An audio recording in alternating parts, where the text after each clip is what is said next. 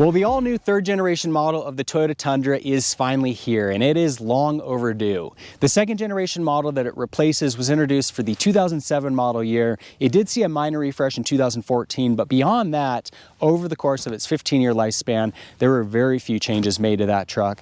And because of that, although it shares the same name as this all-new Tundra and it has some of the same DNA, it is a vastly different truck. There is very little that is similar between the driving experience with the outgoing Tundra and this new model. We'll get into more of that in just a moment, but first I want to go over just a few of the high-level details. For starters, the third generation Tundra is offered in two different cab configurations. You can get it with a double cab, which is a little bit shorter than this model, and then this is the Crew Max model.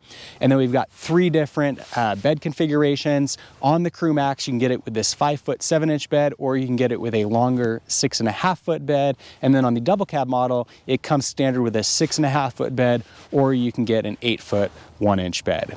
The third generation Tundra is also available in 7 different trim configurations, very similar carryover from the outgoing 2021 model, starting off with the base SR, which is just a very simple work truck. Then we've got the SR5, which is a really nice starting point in terms of the level of features that you get and just being a more competitively priced option. And you can get a lot of really nice upgrades on the SR5 as well. From there, you're just adding luxury features, aesthetic upgrades, and tech features. This is the limited model, which is next in the lineup. I think it's also a really nice sweet spot in the lineup. From there, we go to the Platinum model, then the 1794 edition, the TRD Pro, which is kind of the show truck in the lineup. You can get the TRD off-road package, which offers many of the same features as the TRD Pro on the SR5, the Limited, and the 1794 edition. But on the Pro, you are getting a little bit more height. It's about 2 inches higher.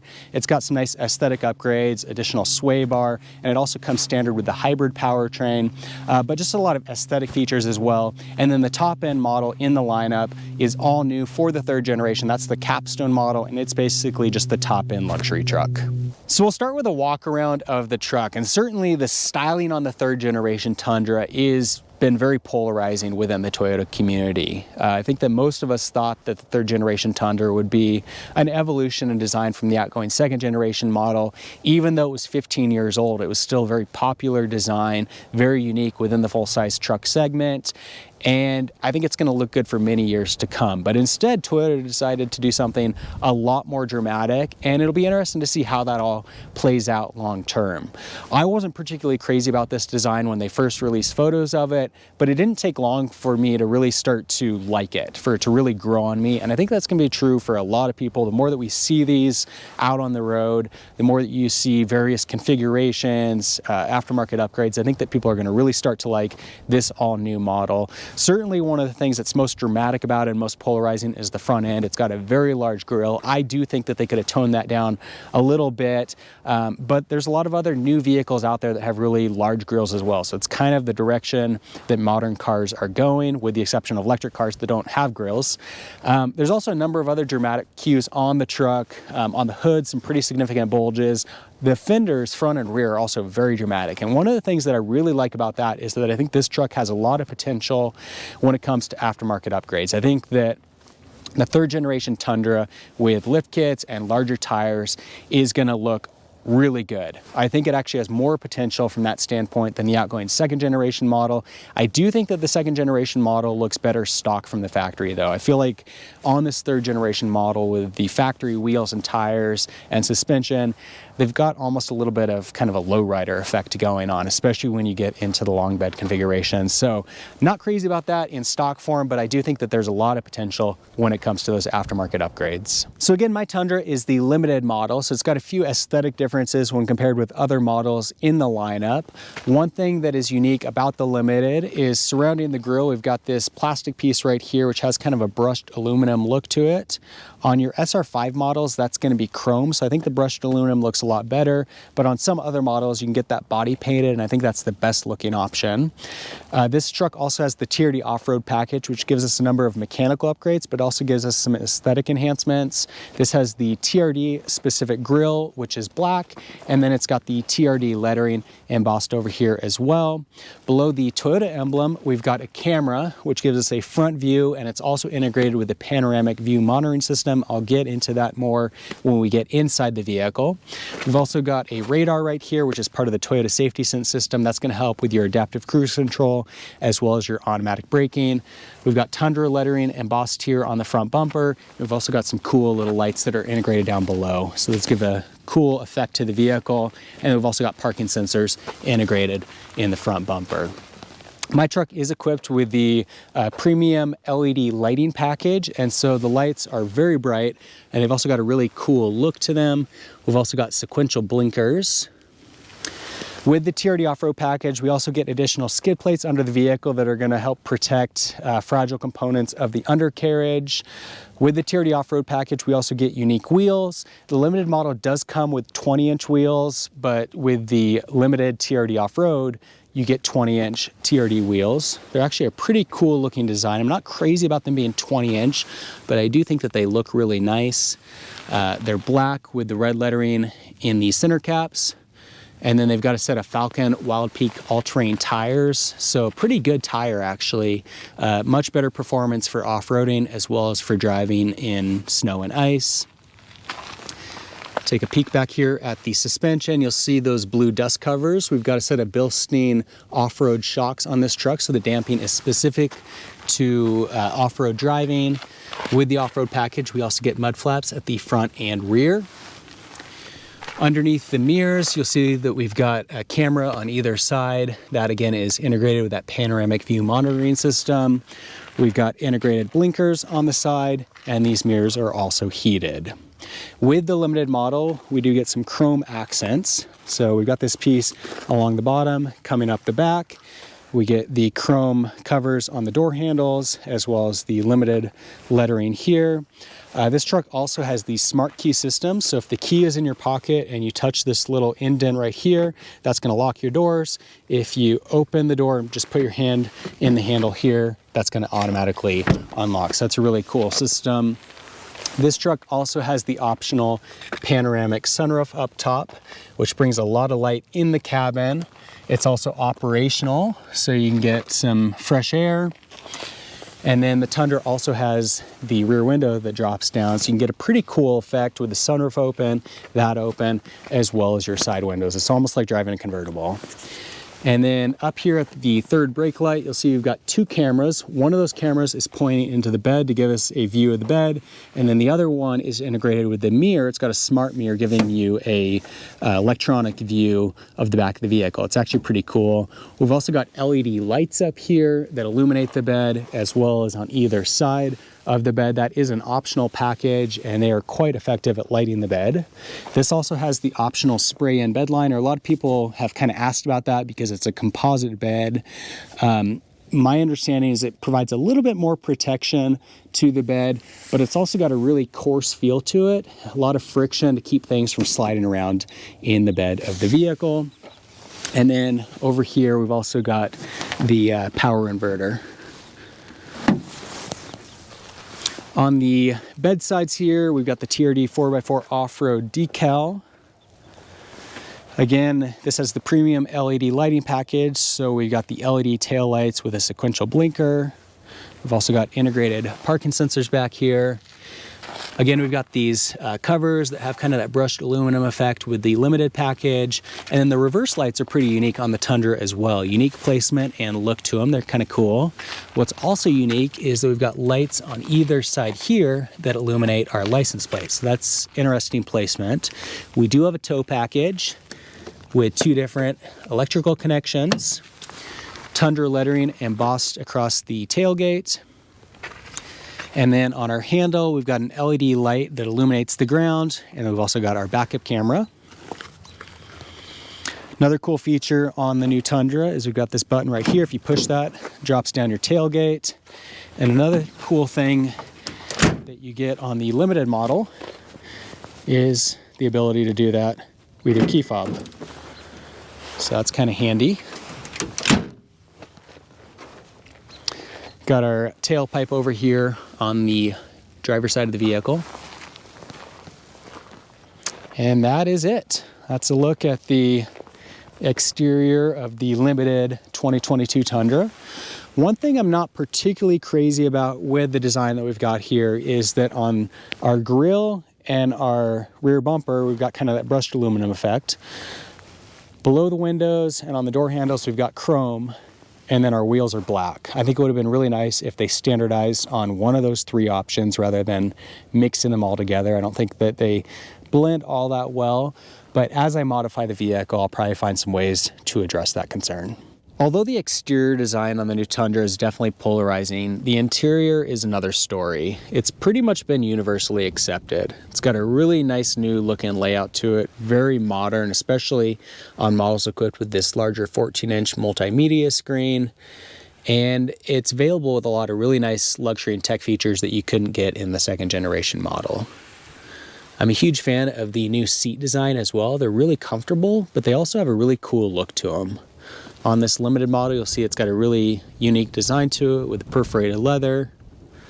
Driver and front passenger side are both full power with lumbar support.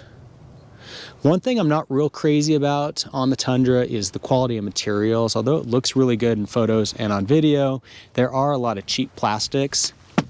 You'll see you've got some hollow sounds, and they're just kind of hard.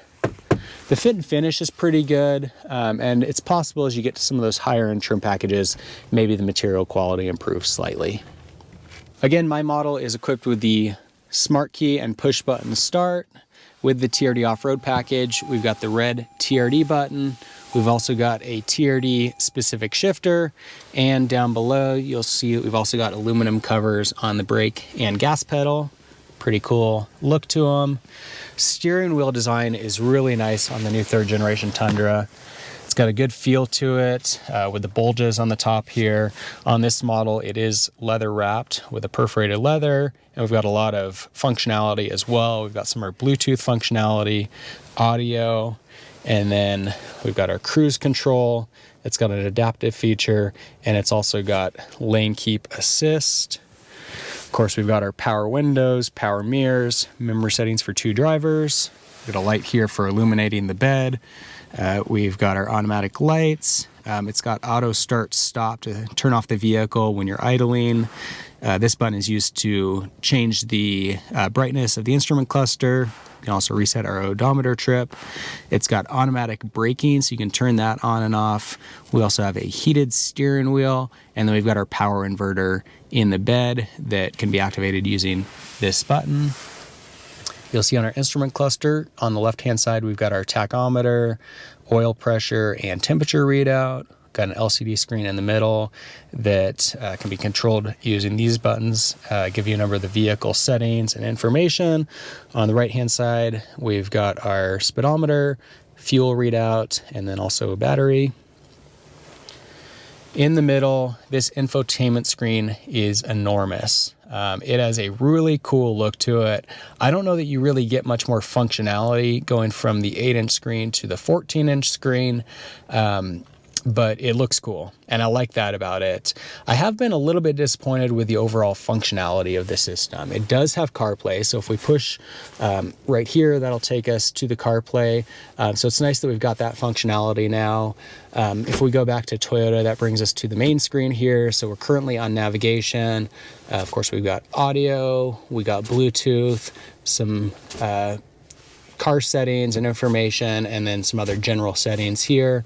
I'm not really crazy about the overall functionality of this system. I haven't found it to be all that intuitive, and there's some things that I wish that it had. Like, I've got a 2017 4Runner. One thing that I really like about the screen is that there's a home screen option where you've got navigation in one spot. You can have like 4 favorites, phone contacts, or it's just a single button to push and get that, and then you can have like one other screen with a little bit of information.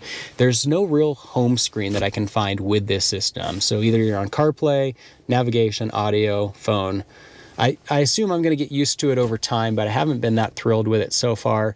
And I've also found that it definitely has kind of some issues. I've been getting some blank screens here and there. It's had a hard time connecting with my phone at times. Hopefully with time they'll do some over-the-air updates and improve the overall functionality, but I haven't been all that impressed with it so far.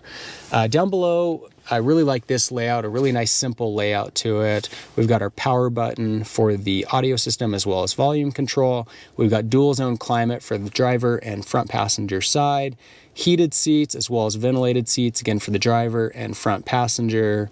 Down below that, we've got our tow mode for hauling. We've also got our panoramic view monitoring system. This is pretty cool. So when I push that, you'll see it's giving us a 360-degree view of the truck. So when you turn it on, you can push this. It'll do that full, walk around for you. Make sure that there's not something that you missed when you were getting into the vehicle. If we put it in drive and we give it a tap, it's now going to give us the front view camera as well as a aerial image looking down at the vehicle. And this is pretty handy just to see if there's something that you missed around the perimeter there. If we put it in reverse, that's going to automatically shift to the rear view camera. And then you'll see it's also got our path of travel there. We did have path of travel in drive as well. If I turn the steering wheel there, you can see that with those two yellow lines. Now the other thing that's cool is you can manually select the camera that you want. So currently we're on front view. I can push this to go to rear view. We can go to the side mirrors looking forward and side mirrors looking backward. We've also got a view of the bed area. And then we've also got our off-road mode here, which is pretty cool. So if I tap that, it's giving us the side views as well as the rear or front view since I'm in drive. And if I put it in reverse, it switches to reverse views on those sides. And you can see if I tap that, it will automatically go to that camera. So we'll go ahead and what am I doing here? There we go. So yeah, you've got the three views there, and then it also gives us our inclinometer down below, so another cool feature. This is kind of cool too. You can change the paint color on your truck. I don't know why they didn't just have mine color-coded blue since it is blue, but I guess if I want to pretend I have army green, I can. So that's kind of fun. We've also got the ability to turn off our traction control. We've got our hazard lights and then the locking rear differential. We've got a brake hold as well as electronic parking brake. Here we've got our electronically controlled four-wheel drive system with a two-wheel drive, and then we've got 4 high and 4 low. We've got 3 drive modes here, so when you're on drive mode, you can adjust this rotary knob, and you'll see we can switch between modes. So we've got sport, we've got eco, and then we've also got normal. We've also got tow haul modes, hill descent control and crawl control, and then our multi-terrain select, which we've got 4 different modes for terrain. It'll adjust the throttle response, brake response to improve performance in those conditions, maximize traction. We've also got a trailer brake controller down below here. We've got wireless charging here, some more storage space, 2 cup holders, nice large center console here. It's kind of cool. This tray slides forward and back, so you've got access to the console without opening the whole thing up. And then if we push the button on either side, open that up, and you'll see you've got a lot of storage space down here. We do have a USB as well as USB-C outlet, coin storage, and we've got 2 more cup holders back behind. As I was saying, no network connection, so just some weird kind of kinks with the system. Another thing that's pretty cool is we've got the smart mirror up here. So if I have it down below, it's just a standard mirror. Do that, and it goes to camera view, which is pretty cool until I put my bed rack and rooftop tent back there. Then it's going to run that functionality, but I've really appreciated this camera. It's very functional. We've also got home link, so we can program 3 garage door openers here, and then we can adjust the settings on the mirror, contrast, and such. Storage here for sunglasses. Got a couple reading lights, and then we've got this button here for the rear window, which drops down. Right here, we've got this control for a sunscreen on our panoramic sunroof. So that is nice, especially with kids in the back, to be able to close that when the sun is shining in their faces. And then we've also got control of the sunroof, which does open up. So with that open, windows inside the truck and that rear window, we are getting a lot of air circulation in the cabin. This truck is also equipped with the optional JBL premium audio system, and I've been pretty impressed with the system so far. I think the clarity could be a little bit better, but it has a lot of speakers, so you're getting a lot of sound throughout the vehicle, and it's loud. It's got a nice subwoofer as well. A lot better than the JBL system that I've experienced in past vehicles. Again, I think they could have done better, but so far I'm pretty impressed with it. My main reason for upgrading to the Tundra is more space in the rear seat with a couple kids in car seats, and there is no lack of space with those car seats in effect. So that's been really nice so far. I did take those out just to give you guys a better view for this video. Our center seat back folds down into an armrest with 2 cup holders. Again, we've got 2 cup holders in the center console here, as well as some vents to bring heat and air to the rear. Got some storage space, a USB outlet, USB-C, and a power outlet. Our seat bottoms also come up, pull that strap there, and then we've got some storage space down below. You're not gonna have that storage space on the hybrid models because this is where the battery pack is stored. Also got a strap here that we can pull to bring the seat back forward. And we've got a little bit more storage space back behind that, as well as a subwoofer. And some more storage space integrated in the door, as well as cup holder space. The powertrains on the 3rd generation Tundra are also a vast change from the outgoing 2nd generation model, which had a 5.7 liter V8. On the 3rd generation Tundra, it's got either a 3.4 liter 6-cylinder standard gas engine or the same engine with a hybrid component to it. On the standard gas models, if you get the SR model, it's got 348 horsepower and 405 pound-feet of torque. Other trim levels like this are gonna have 389 horsepower and 479 pound-feet of torque.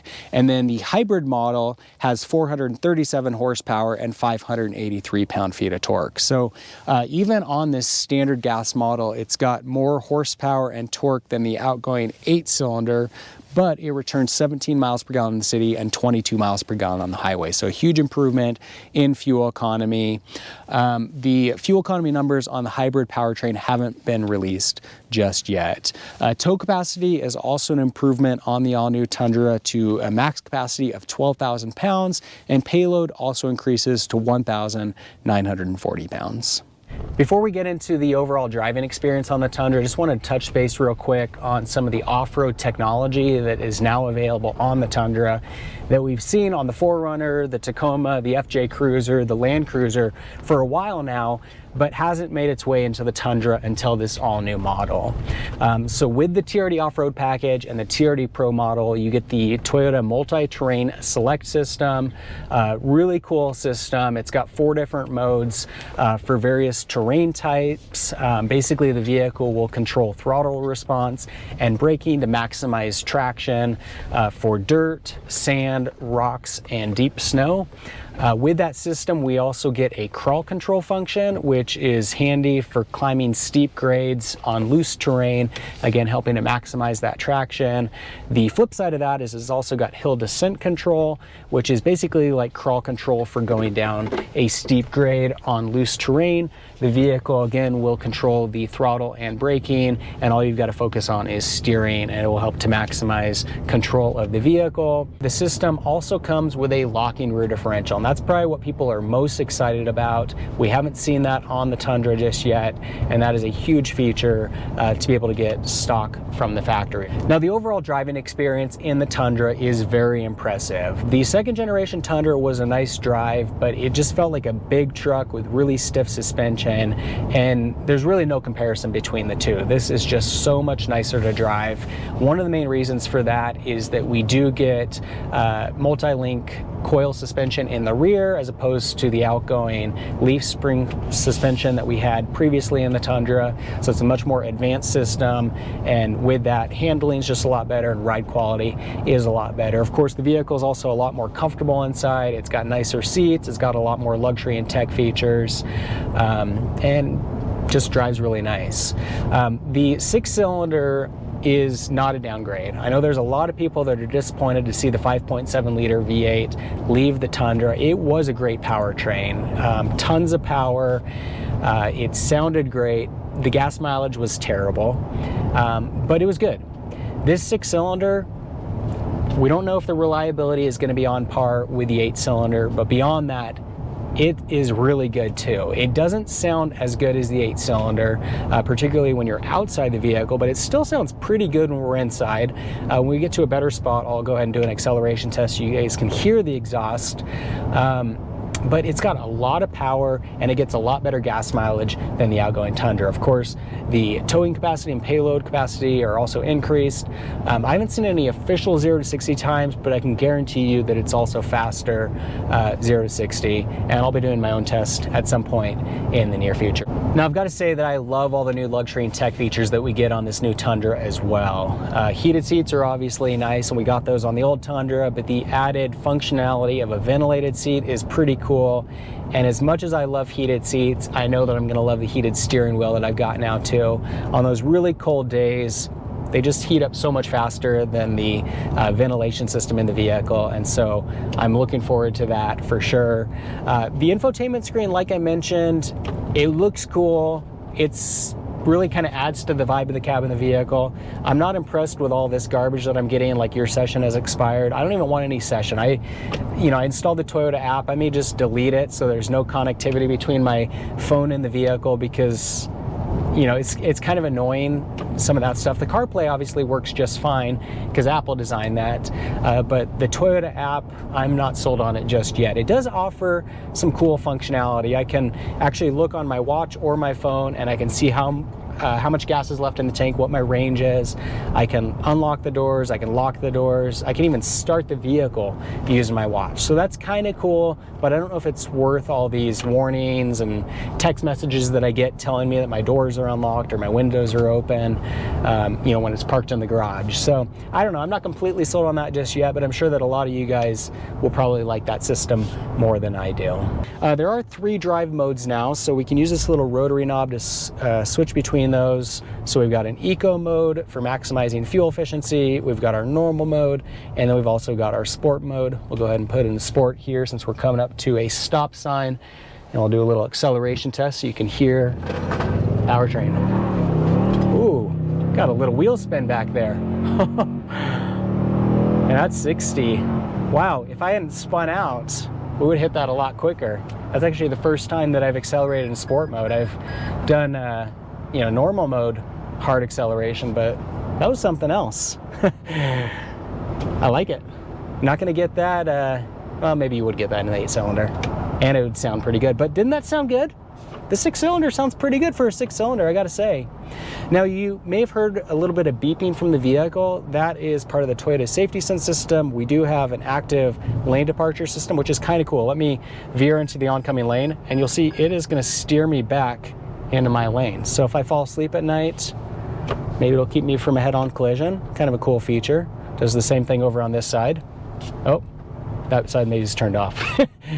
Good thing I'm paying attention. So coming up to another stop sign, let's go ahead and give this one more acceleration test. That was kind of fun peeling out there in the sport mode. There is some cinder on the ground right now because we recently had snow, so I think that's a big part of why we spun out. A little bit of a rolling start. Oh yeah, we're spinning out again. Oh my gosh. This thing is quick. That's fun. And doesn't it sound good? I'm telling you guys, for a 6-cylinder, I mean, yeah, it's not an 8-cylinder. 8-cylinders are a special sound, but I like it.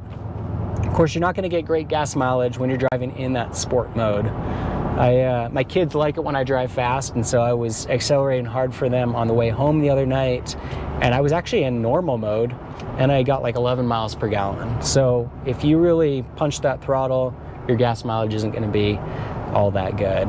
But so far, I'm liking the 6-cylinder. There have been some reports of some reliability issues with the wastegate on the turbos.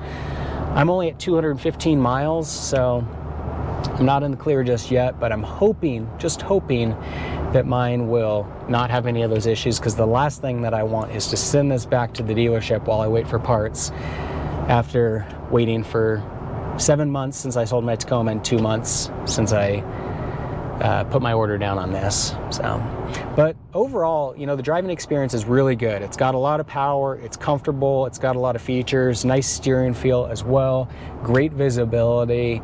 I like it. I think it's a huge improvement in terms of the overall driving experience when compared with that second generation model.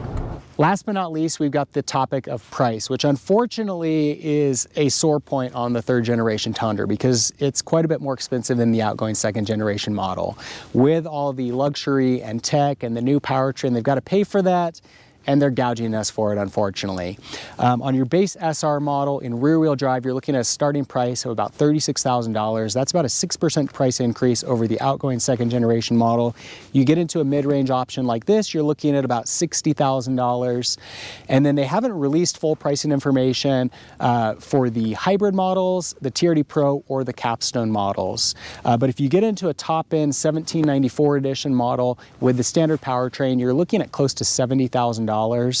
Sticker price, so it would be pretty easy to assume that when you get into those hybrid powertrains with the Pro or the Capstone, we're probably going to be looking at a price of about $75,000 to $80,000, which is hard to imagine, honestly, when you compare it to some of the other trucks that are out there, like the Ford Raptor and the Ram TRX, that are a whole nother level in terms of overall performance. So it'll be interesting to see, where that pricing does come in on those models and to see what buyers end up doing. Even with these mid-range options, swallowing a price of about $60,000 can be a little bit challenging for many buyers, including myself.